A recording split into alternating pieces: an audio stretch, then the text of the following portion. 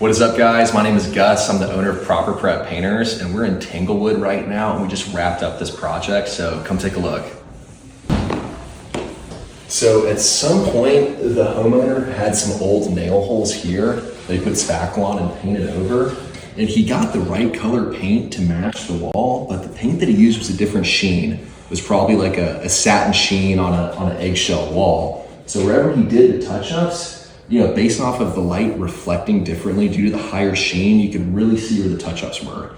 So that bugged him, so he hired us to paint this entire upper portion of the foyer. So starting right here, all the way to where that iron railing starts at the corner right there.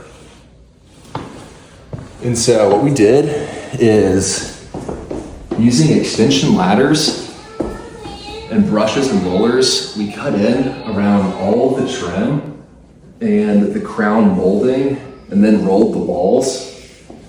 And so these mirrors are just too heavy to remove.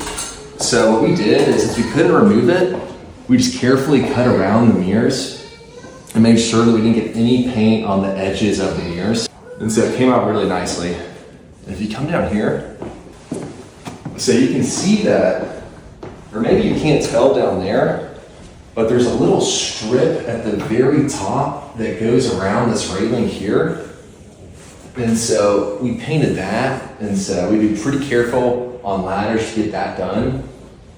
And if you look right here, we have this gorgeous chandelier. So whenever we have the extension ladders, we need to make sure that whenever we're moving the ladders, we don't damage the chandelier. And the same thing, whenever we have the roller with the long extension pole, we need to make sure that when we were loading up the roller, that pole didn't hit the chandelier. And I forgot to mention, as always, we covered the floor entirely with paper, because whenever you're on ladders with a brush, you're probably gonna drip some paint. So we're happy to say that not a drop of paint was spilled due to our prep work. But this was the first portion of the project, and what we also did is we painted the master closet. So come take a look at the master closet.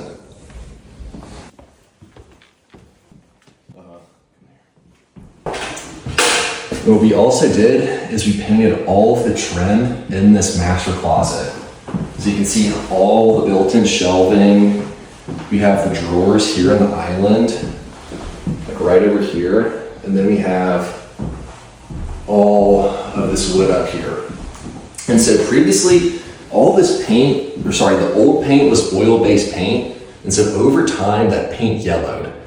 So if you see the inside of the drawer, that's the original paint. So you can see just how yellow it got.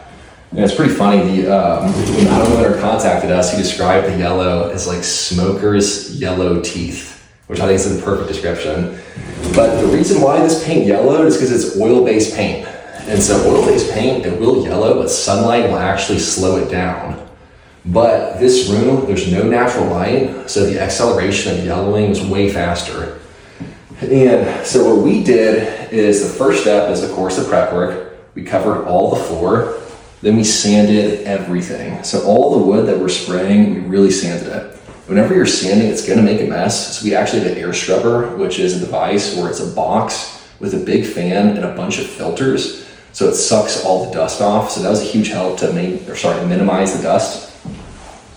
But after we sanded all of these surfaces, what we did is we sprayed emerald urethane.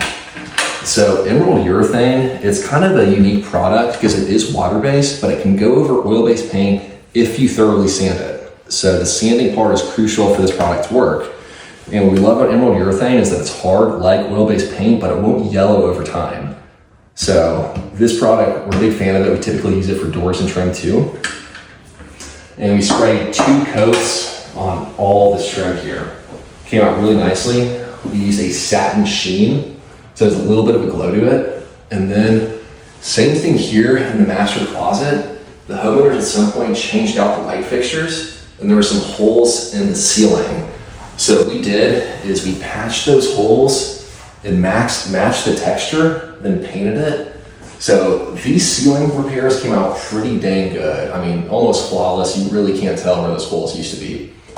But this section of the project we got done in about 2.5 days using 2 guys. And so our estimates are always free. So if you're considering doing some painting, please reach out to me at 832-350-1405.